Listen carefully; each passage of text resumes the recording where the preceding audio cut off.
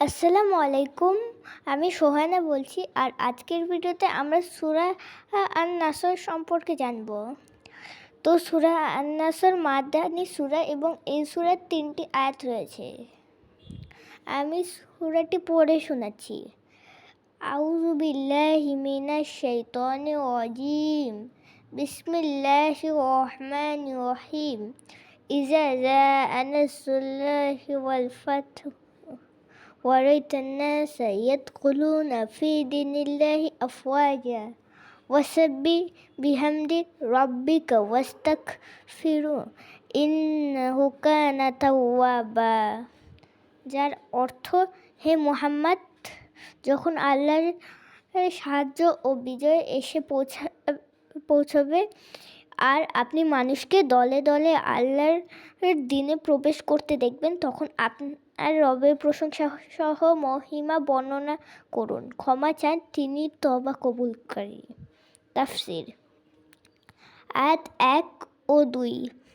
অত্যাচার ও নির্যাতনের শিকার হয়ে রাসূল সাল্লাল্লাহু আলাইহি ওয়াসাল্লাম মক্কা থেকে মদিনাতে হিজরত করেন। রাসূলের এই সাহায্যার্থে মদিনার লোকেরা এগিয়ে আসে। তারা সত্য ও ন্যায়কে রক্ষার জন্য সংগ্রামে অবতীর্ণ হয়। মক্কাবাসীদের এবং তাদের মিত্রদের সমন্বিত চেষ্টা ছিল রাসূলের প্রচারিত দ্বীনের অস্তিত্বকে ধ্বংস করা, কিন্তু তাদের চেষ্টা তাদেরই ধ্বংস ডেকে আনে। ধীরে ধীরে ইসলামের প্রসার মদিনার সীমান্ত অতিক্রম করে আরবের অন্যান্য স্থানেও প্রসার লাভ করে এবং রক্তপাতহীন বিজয়ের মাধ্যমে মক্কার পতন ঘটে। মক্কা বিজয় হচ্ছে ইসলামের বিজয়ের মুকুট, যা রাসূল সাল্লাল্লাহু আলাইহি ওয়াসাল্লামের ধৈর্য ও অধ্যবসায় ও দৃঢ়তার এক উজ্জ্বল দৃষ্টান্ত। মক্কা বিজয়ের পরে বিভিন্ন গোত্রের লোকেরা বাঁধভাঙ্গা জোয়ারের মতো ইসলামের পতাকা তলে সমবেত হতে থাকে। এভাবেই রাসূল সাল্লাল্লাহু আলাইহি ওয়াসাল্লামের আয়ুকাল শেষ হওয়ার পূর্বেই তিনি ইসলামের অগ্রযাত্রার সকল ব্যবস্থা পরিপূর্ণ করে যান। পৃথিবীর ইতিহাসের এই সংক্ষিপ্ত অধ্যায়ের উপদেশ কি? বিজয় কোন আত্মগৌরব নয়, বরং তা হবে বিনয়ের প্রকাশ। ক্ষমতা নয়, বরং এবার প্রকাশ। স্বয়ং সম্পূর্ণতার প্রতি আবেদন করা হয়েছে, যেন তারা আল্লাহর মাহাত্ম্য ও করুণাকে আত্মার মাঝে অনুভব করতে পারে। সেটাই হচ্ছে প্রকৃষ্ট সময় কথায় ও কাজে আল্লাহর প্রতি আনুগত্য প্রকাশের।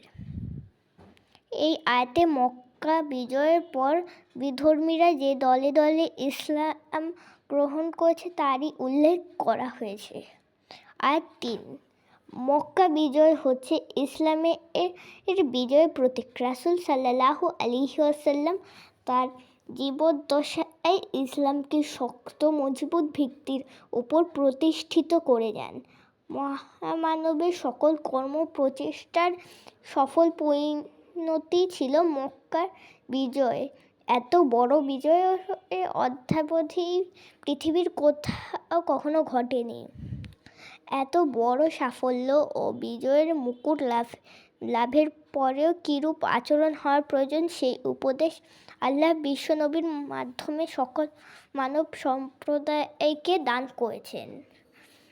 বিজয়ে মহা উল্লাসিত না হয়ে বা সর্বসাফল্য কোনো নিজস্ব প্রচেষ্টার ফল মনে না করে বিজয়ীদের মনোভাব কী হওয়া উচিত তা প্রকাশ করা হয়েছে। প্রতিটি মানুষ সেই মহাশক্তিধর মহান আল্লাহর সম্মুখে বিনয় বিগলিত হয়ে নিজস্ব দোষ ত্রুটির জন্য ক্ষমা প্রার্থনা করবে এবং আল্লাহর অনুগ্রহ প্রার্থনা করবে।